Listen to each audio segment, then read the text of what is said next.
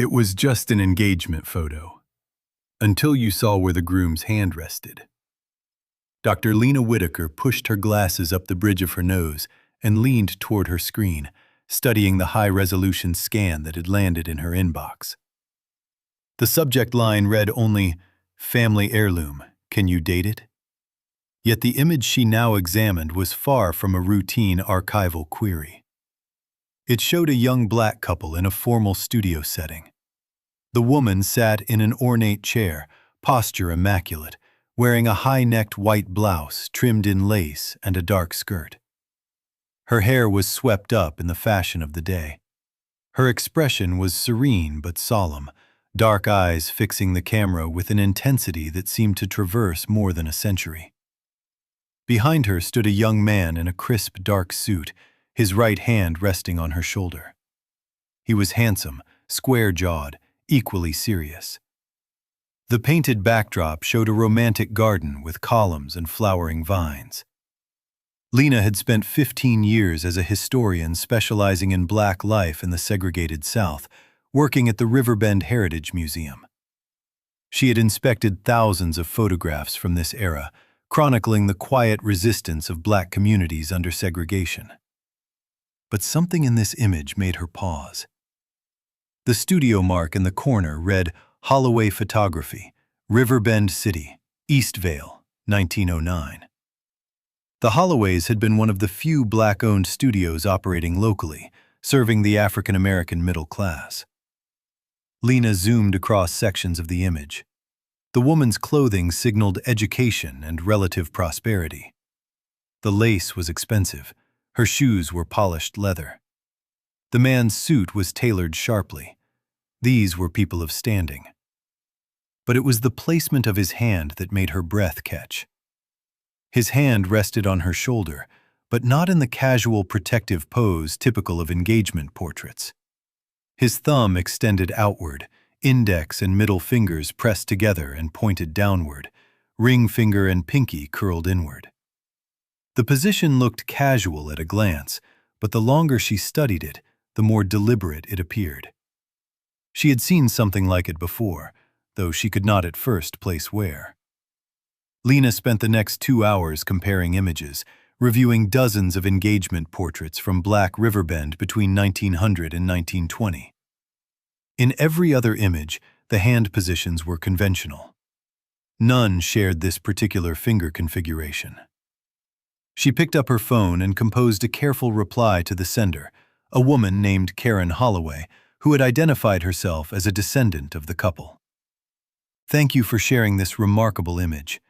The photograph is definitely from 1909. I'd love to learn more about your ancestors. Do you know their names?" The response came within minutes. "The woman is my great-great-grandmother, Adeline Monroe. The man is Samuel Pierce, who became her husband. I don't know much more than that. Why? Is there something unusual about it?" Adeline Monroe. The name triggered something in Lena's memory. She opened her filing cabinet and began pulling folders, searching her primary sources.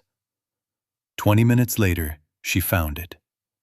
A brief mention in a 1909 issue of the Riverbend Sentinel. Miss Adeline Monroe, teacher at the Linden Street School, was called upon to give testimony regarding the tragic events of March 15th. March 15th, 1909. 6 months before the photograph would have been taken. Lena's hands trembled as she searched the newspaper archives. What she found made her heart pound.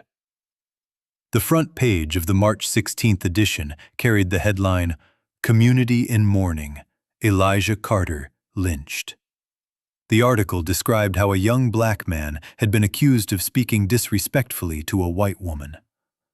A mob had dragged him from his workplace, beaten him, and hanged him from a tree near the railroad tracks.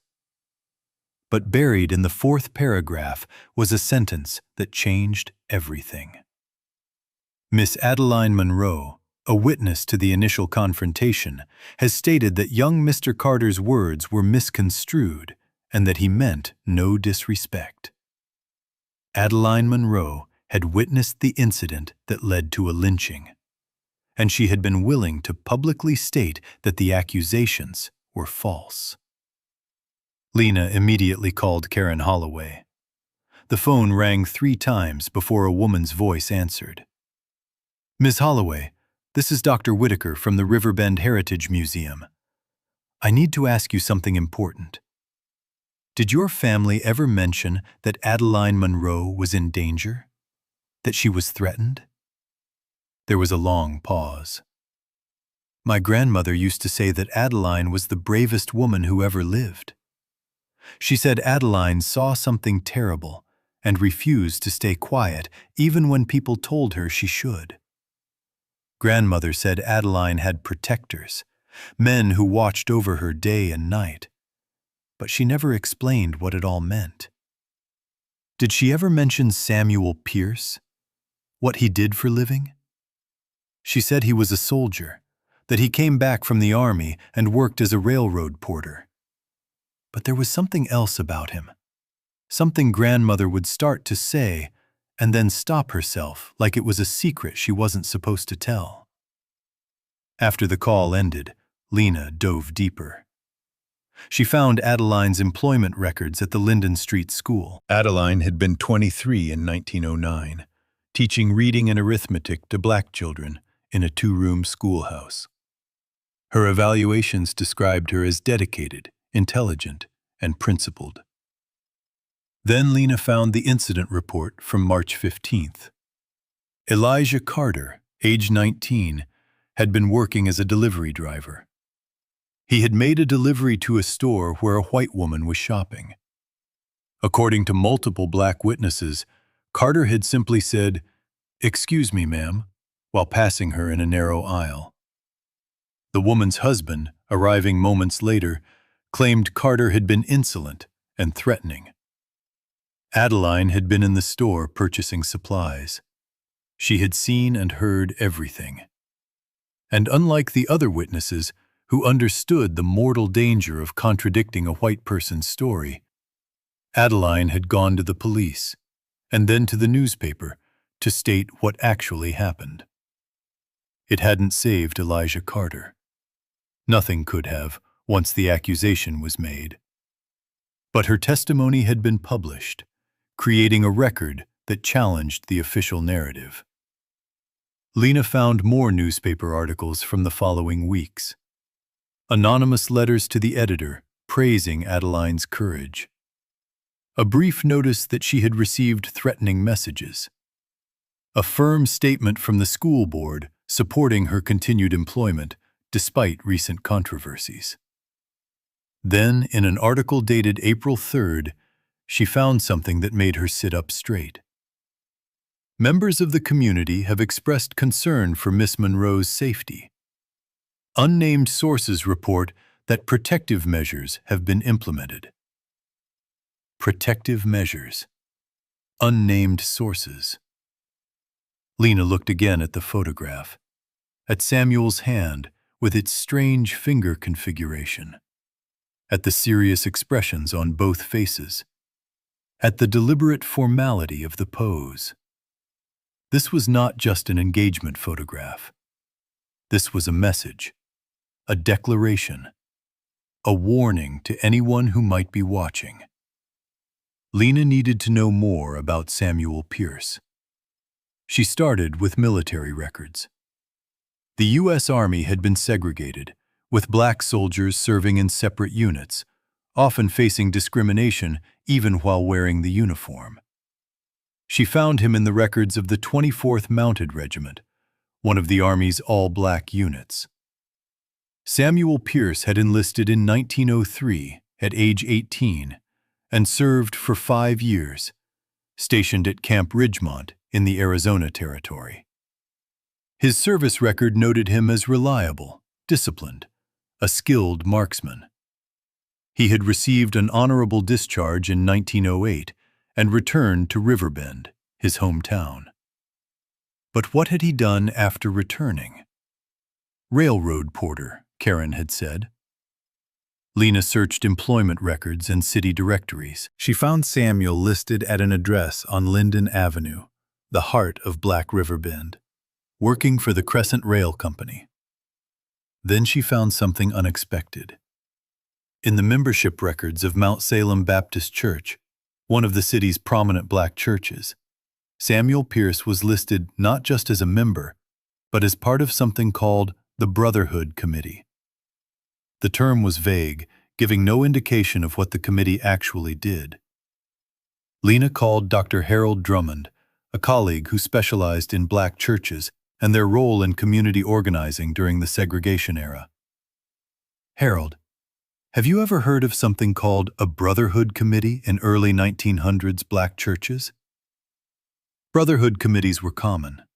Usually they organized charity work, helped families in need. Why? What if they did something else? Something they couldn't talk about openly? There was a pause. "You're talking about protection groups, self-defense organizations. They existed, Lena, but they were extremely secretive. If white authorities had known about organized groups of black men preparing to defend their community, it would have been seen as insurrection. The consequences would have been catastrophic.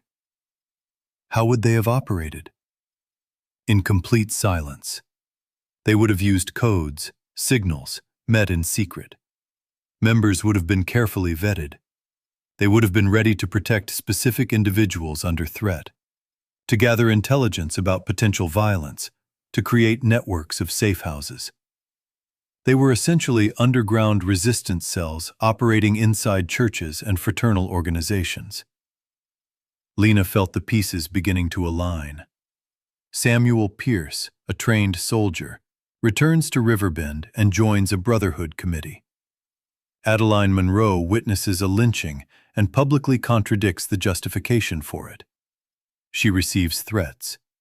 And then, months later, Samuel and Adeline pose for an engagement photograph where his hand is positioned in a way that looks nothing like any other photograph from that era. She needed to find out what that hand position meant. Lena reached out to Dr. Calvin Monroe, a historian who had written extensively about coded communication among enslaved people and their descendants.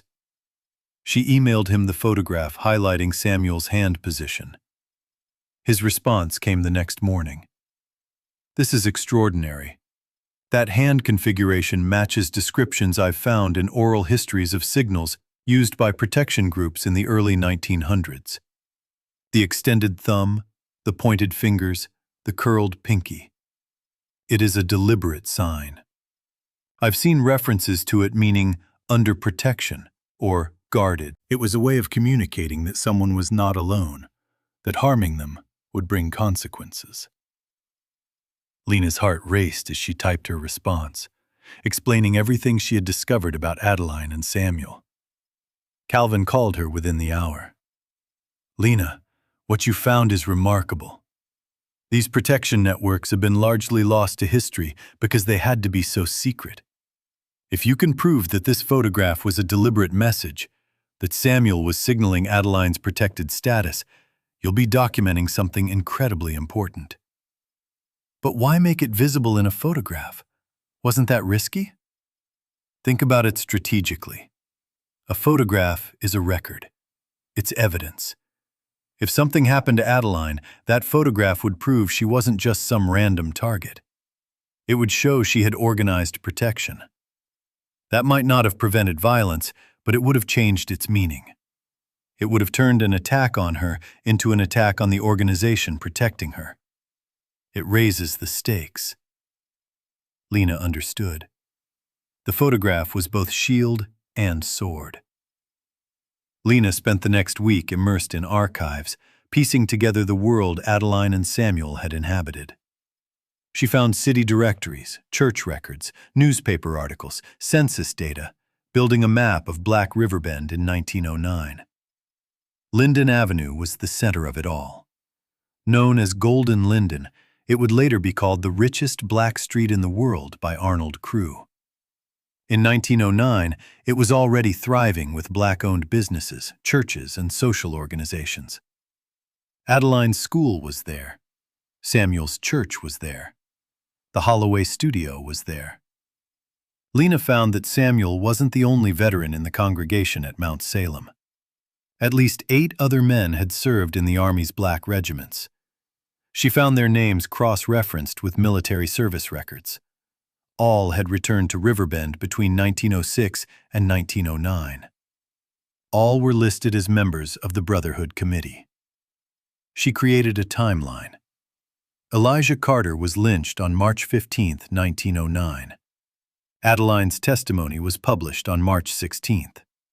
By March 20th, the newspaper reported she had received threatening letters. On April 3rd, protective measures were mentioned. The engagement photograph was dated September 1909, 6 months after the lynching. Lena found Samuel and Adeline's marriage license. They had married on October 2, 1909, at Mount Salem Baptist Church. The witnesses listed included 4 men, all Brotherhood Committee members, all veterans. Then she found something that made everything crystallize. In the November 1909 edition of the Riverbend Sentinel, a small article reported, "The trial of 5 men accused in the death of Elijah Carter concluded this week. Miss Adeline Monroe provided crucial testimony. The defendants were found guilty of manslaughter and sentenced to prison terms. Adeline had testified, and she had lived to see justice, however incomplete, in that time and place." Lena pulled the trial transcripts from the county courthouse archives. Adeline's testimony was recorded in careful legal language. She described exactly what she had seen and heard. She identified the men who had dragged Elijah Carter away. She stated clearly that Carter had done nothing wrong, that he had been polite and respectful, that the accusations against him were false. The defense attorney had questioned her harshly, trying to undermine her credibility. "Miss Monroe, are you aware that your testimony contradicts that of respected members of this community? Are you certain you remember correctly? Might you have been mistaken?" Adeline's response, preserved in the transcript, was steady. "I am certain of what I saw and heard. I have no doubt whatsoever. Elijah Carter was murdered for something he did not do. That is the truth." Lena found herself blinking back tears as she read the words. The courage it must have taken to sit in that courtroom facing hostile questioning, knowing that her testimony was painting a target on her back, and still refusing to back down. But Adeline hadn't been alone. Lena cross-referenced the dates. During the trial, which lasted 3 weeks in October 1909, Samuel Pierce had taken a leave of absence from his railroad job. So had 2 other members of the Brotherhood Committee. They had been there, in that courtroom, every single day. Lena found a photograph from the trial published in the newspaper. It showed the courtroom crowd, and there, standing along the back wall, were several black men in dark suits. Their faces were serious, postures alert. Lena recognized Samuel Pierce immediately. Next to him stood the other veterans from Mount Salem. They had been Adeline's shield, her protectors, her proof that she was not alone. The photograph that Adeline and Samuel had taken in September, just before the trial began, had been their declaration. The hand position was their code. The formal pose was their statement. We are ready. We are organized. We are protecting her. And anyone who understood the signal would have known exactly what it meant. Lena contacted Karen Holloway again, asking if there were any other family documents, letters, or photographs. Karen invited her to visit, saying she had found more items in her grandmother's belongings. Karen's home was in the historic Old Fourth Ward neighborhood, not far from where Adeline and Samuel had lived. She welcomed Lena into a living room filled with family photographs spanning generations. "I found these after we last spoke," Karen said, pulling out a worn leather album. "I'd looked through it before, but I wasn't paying attention to the details." Lena opened the album carefully. The first pages showed Adeline and Samuel's wedding photograph, formal, dignified, surrounded by family and friends. Then more photographs. Adeline standing in front of her schoolhouse with students, Samuel in his railroad uniform, family gatherings at Mount Salem. Then Lena saw it. A photograph dated 1912, 3 years after the engagement photo. It showed a group of men standing in front of the church.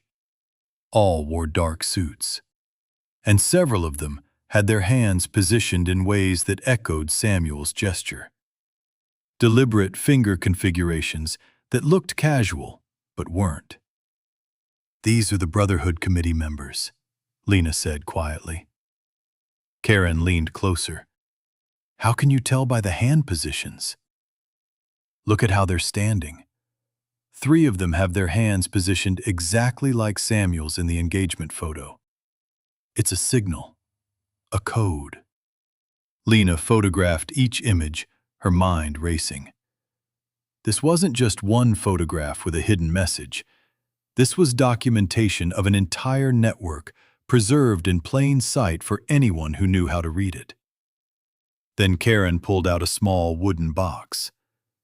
This was Adeline's. I've never been able to open it. The box was locked, brass hardware tarnished with age. Lena examined it carefully.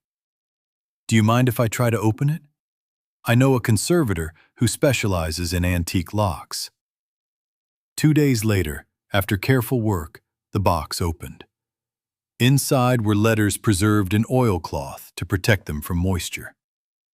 Lena's hands trembled as she unfolded the first letter, dated April 1909.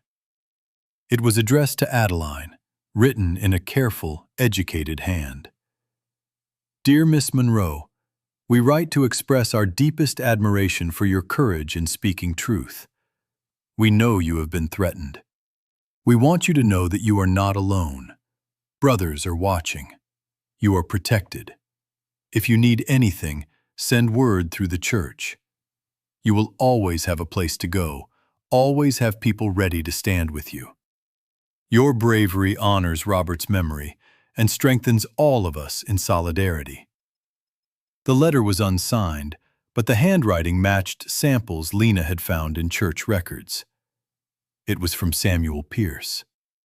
More letters followed, spanning several months. Some were practical, detailing arrangements for Adeline to be accompanied to and from school. Others were encouraging, reminding her that her testimony mattered, that truth mattered, that she was doing something important and dangerous and necessary. One letter, dated September 1909, just before the engagement photograph was taken, was more personal. "Adeline, when we take our photograph tomorrow, I want the whole world to see what I see. A woman of extraordinary courage who refused to let injustice pass without witness. My hand on your shoulder is not just because I love you, though I do with all my heart. It is a signal to anyone watching that you are under my protection, under our protection. Let them see it. Let them understand. You're not alone. You will never be alone. Samuel." Lena read the letter 3 times, tears streaming down her face. This was the proof, the confirmation. The photograph had been exactly what she suspected. A deliberate message, a coded signal, a public declaration of protection. Karen was crying too. "I never knew. My grandmother never told me how brave she was." "Your great-great-grandmother changed history," Lena said. "Her testimony helped convict the men responsible for lynching. That almost never happened, and she survived because of Samuel and the network he organized." But Lena knew there was more to find. How had Adeline lived after the trial? What had happened to Samuel and the Brotherhood Committee? Had their protection work continued?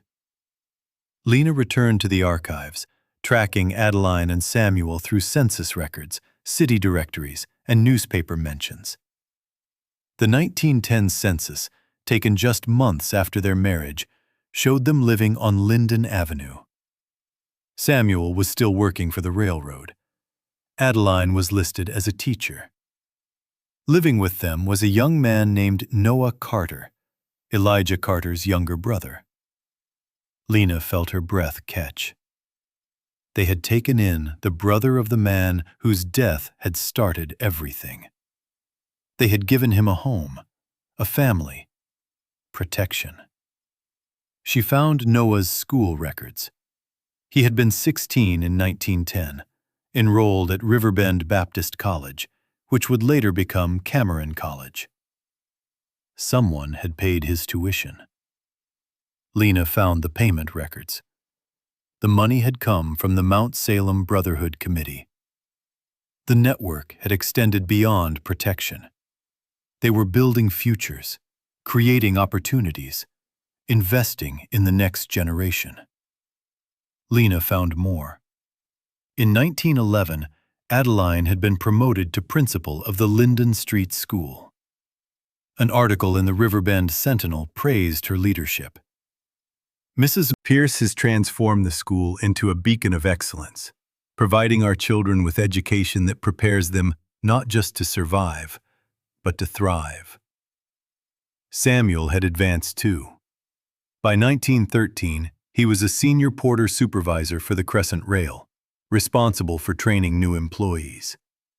His position gave him legitimate reasons to travel throughout the South, and Lena suspected it also gave him opportunities to gather information and connect with other protection networks in other cities.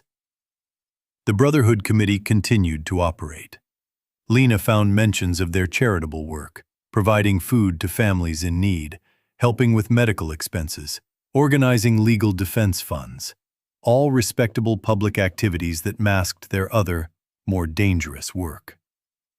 She found a 1914 photograph from a church anniversary celebration.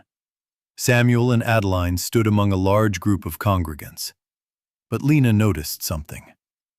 The veterans who made up the Brotherhood Committee were positioned strategically throughout the group, their placement too deliberate to be accidental.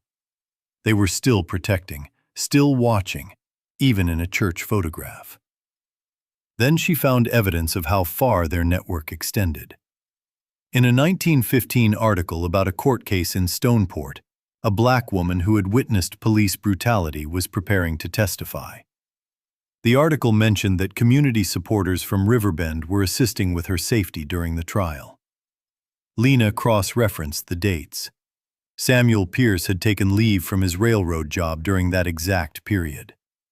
2 other Brotherhood Committee members had traveled to Stoneport at the same time. They were exporting their model, sharing their knowledge, building networks across cities.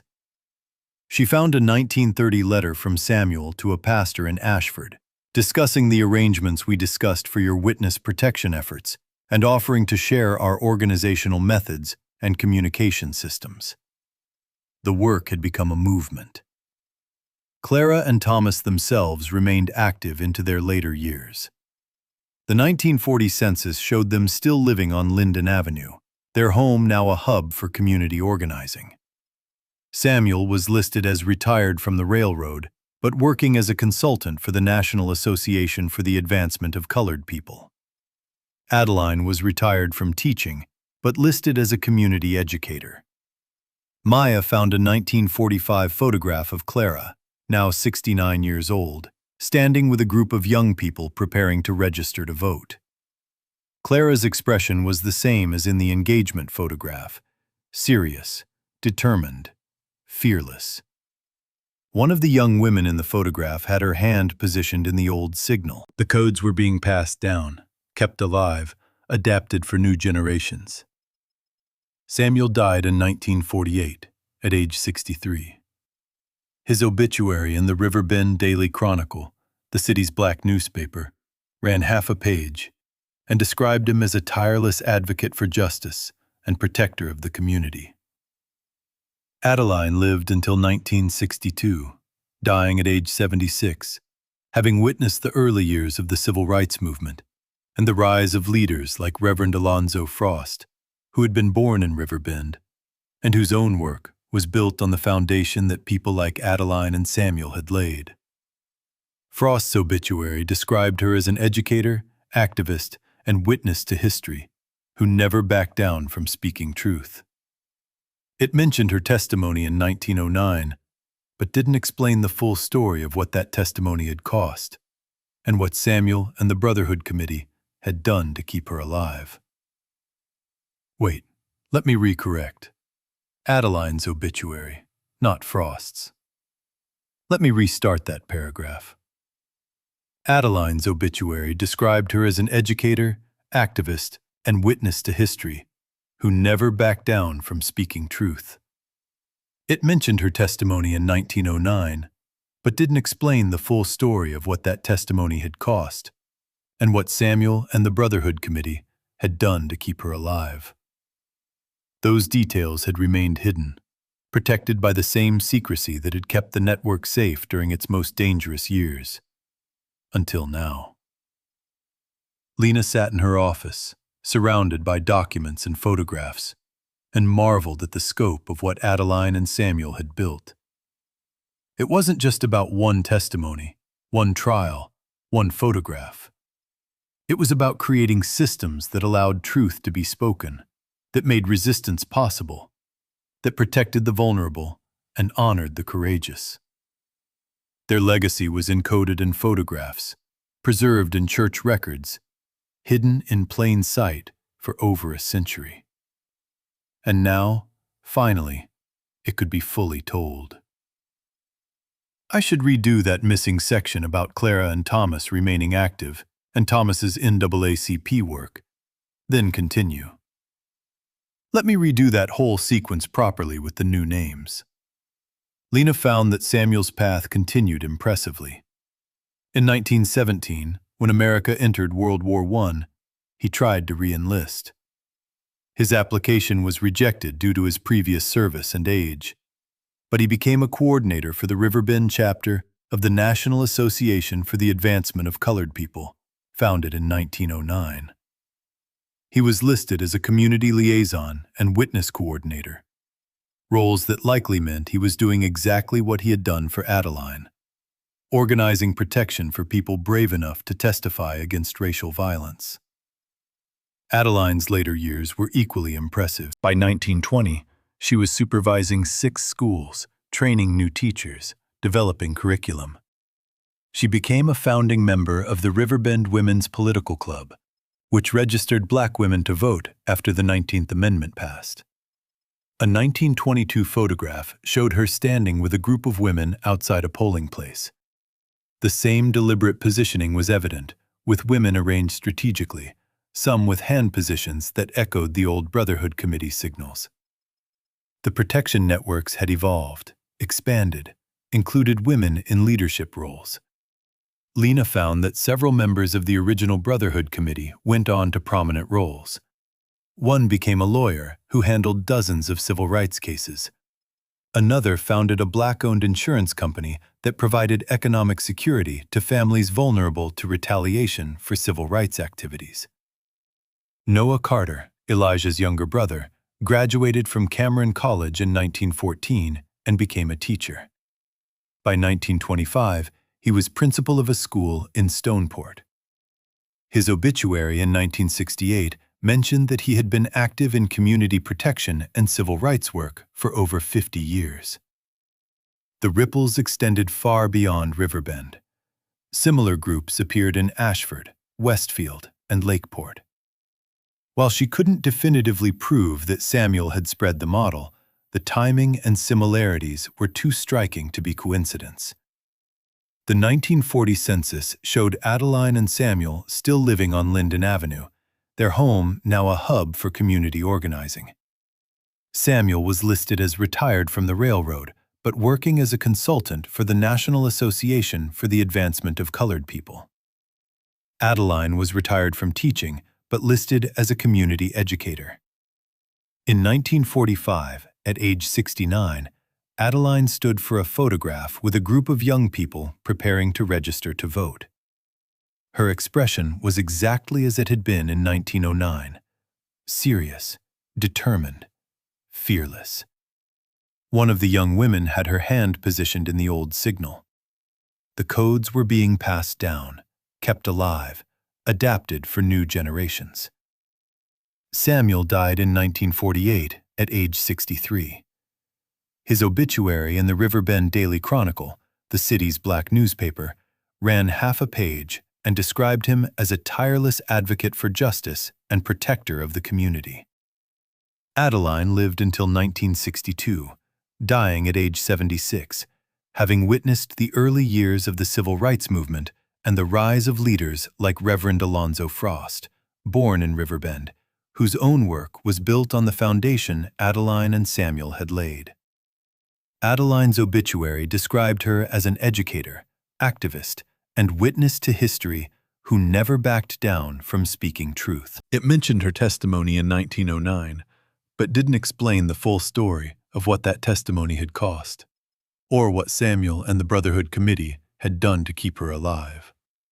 Those details had remained hidden, protected by the same secrecy that had kept the network safe during its most dangerous years. Until now.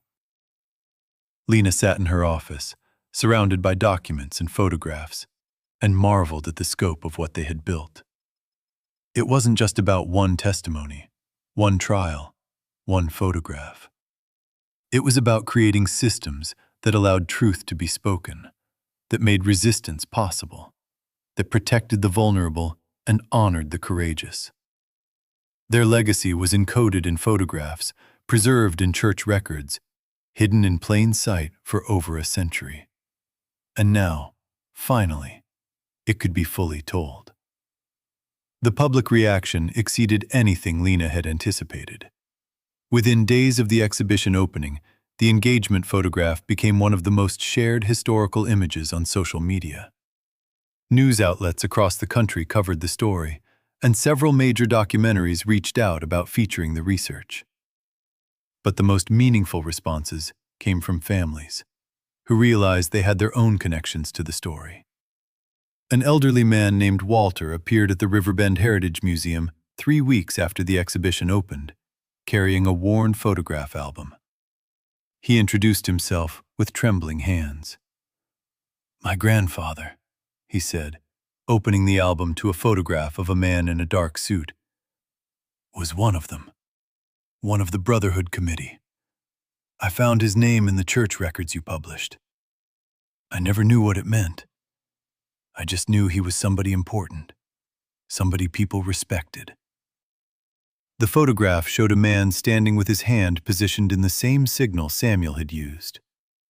Walter's eyes filled with tears as he recognized it. He was part of this, part of protecting people.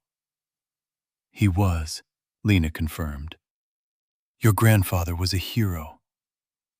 More families came forward, descendants of other Brotherhood Committee members, grandchildren of people Adeline had taught, great-grandchildren of witnesses protected during other trials. Each brought photographs, letters, stories that added pieces to the larger picture. One woman brought a diary her grandmother had kept, describing the fear of testifying against a white man who had attacked her brother, and the relief of knowing Samuel Pierce's people were watching over her. Another man brought a photograph of his great-grandfather standing beside Samuel Pierce outside Mount Salem, both with their hands positioned in the signal. The Riverbend Heritage Museum expanded the exhibition to include these new materials. What had started as one photograph became a comprehensive documentation of an entire movement of resistance and protection. Academic recognition followed. Lena received invitations to present at conferences across the country. Universities incorporated Adeline and Samuel's story into their curricula.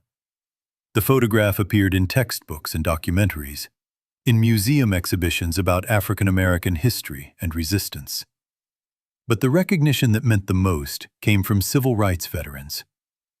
A woman who had been a freedom rider in 1961 stood for a long time before the engagement photograph. We had people like this too, she told Lena. When we rode the buses, when we sat at lunch counters, there were always people watching, people ready to step in if things got violent. We knew they were there.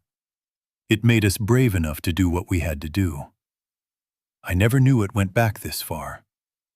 It goes back much further than 1909, Lena explained.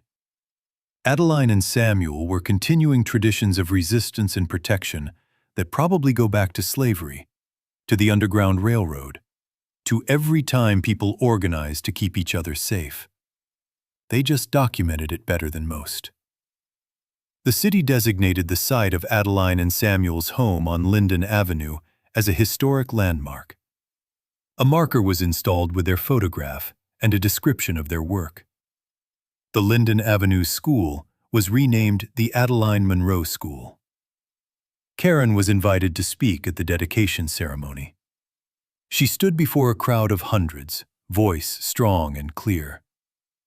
My great-great-grandmother lived in a time when speaking truth could get you killed. She spoke it anyway. My great-great-grandfather organized men to protect her and others who had the courage to stand up against injustice.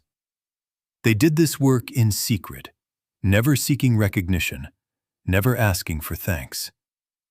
They did it because it was right, because someone had to, because silence in the face of evil is itself a form of evil. She paused, looking at the crowd. That engagement photograph that's become so famous, it wasn't just about their love, though they loved each other deeply. It was a statement, a promise, a warning. It said, "We are here. We see you. We will not be silent. We will not let you terrorize us without consequence." And more than a century later, that message still matters. The crowd applauded, but Lena noticed something else. Throughout the audience, particularly among the older attendees, people were quietly showing each other hand positions, comparing photographs on their phones, making connections. The code was being remembered, reclaimed, celebrated. After the ceremony, Lena stood with Karen and Walter and the other descendants who had come forward. They formed a group linked by their ancestors' courage and their shared commitment to making sure these stories were never forgotten.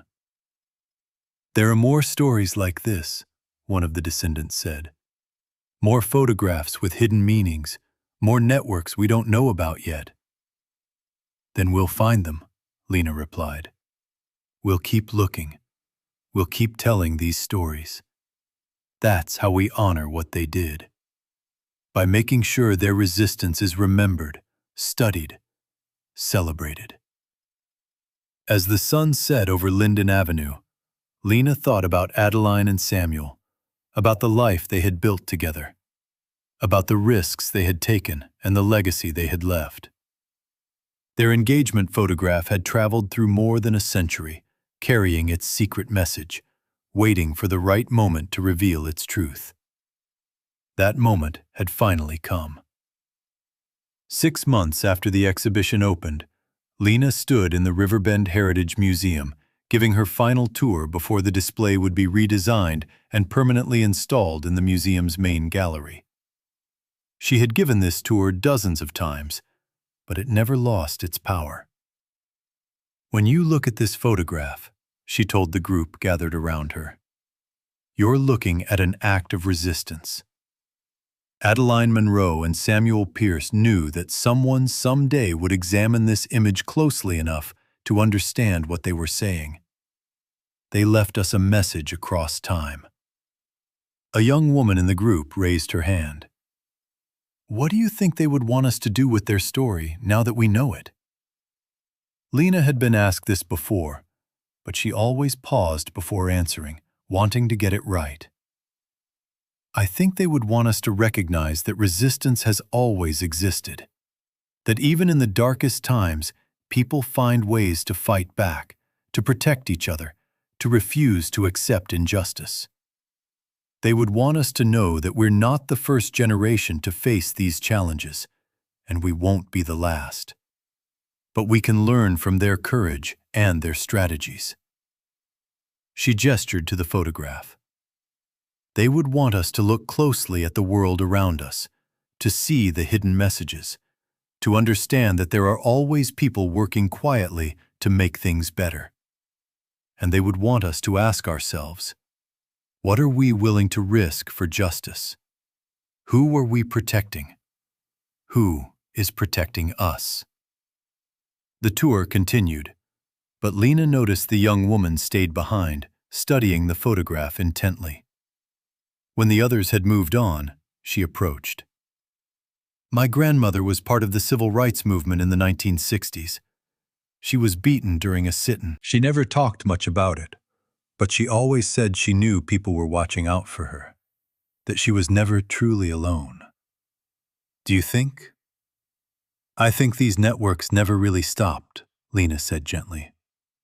They evolved, adapted, changed names and methods, but the principle remained the same. Organized protection for people brave enough to stand up. Your grandmother was likely connected to descendants of groups like the Brotherhood Committee. The tradition continued. The young woman pulled out her phone. This is my grandmother at the sit-in right before they were arrested. There are men standing in the background. I never paid attention to them before, but look at their hands. Lena looked. The hand positions were subtle but unmistakable. The old signals still being used 50 years after Adeline and Samuel's engagement photograph, still meaning the same thing. We are watching. You are protected. Document everything you have, Lena told her. Every photograph, every story. This is history that matters. Later that evening, Lena returned to her office and pulled up the engagement photograph one more time. She had looked at it thousands of times, but she never tired of it. The dignity in Adeline's face, the strength in Samuel's posture, the deliberate positioning of his hand on her shoulder. They had been so young. Adeline was 23, Samuel was 24. They had their whole lives ahead of them, and they chose to spend those lives in dangerous, essential work. They could have stayed silent. They could have looked away. No one would have blamed them. But they hadn't. And because of their courage, justice, however incomplete, had been served. Elijah Carter's death had been acknowledged as murder, not justified punishment. And a network of protection had been built that would continue for generations. Lena opened a new document and began typing. There was more work to do, more photographs to analyze, more codes to decipher, more hidden histories to bring into the light. Because Adeline and Samuel's story wasn't unique. It was one example of countless acts of resistance and courage that had been happening all along, documented in photographs and letters and church records, waiting for someone to look closely enough to see them. She thought about the hand signal, about how it had been preserved across generations, adapted and used by people fighting for justice in every era. It was a simple gesture, thumb extended, fingers pointed, pinky curled, but it carried profound meaning. Protection, solidarity, resistance, love. She thought about how many photographs might be sitting in attics and albums right now, hiding similar messages. How many families possessed pieces of this hidden history without realizing its significance? And she thought about Adeline and Samuel themselves, two young people in love who had posed for an engagement photograph in 1909, knowing they were creating something more than a personal memento. They were creating evidence, documentation, a message that would outlast them. The message was simple but powerful. We were here. We resisted. We protected each other. We refused to be silent. We built something that mattered. More than a century later, that message had finally been heard. and it was changing how people understood history, resistance, and the power of ordinary people to fight extraordinary injustice. Lena saved her document and closed her computer. Tomorrow, she would start investigating another photograph sent to her, another possible code, another hidden story.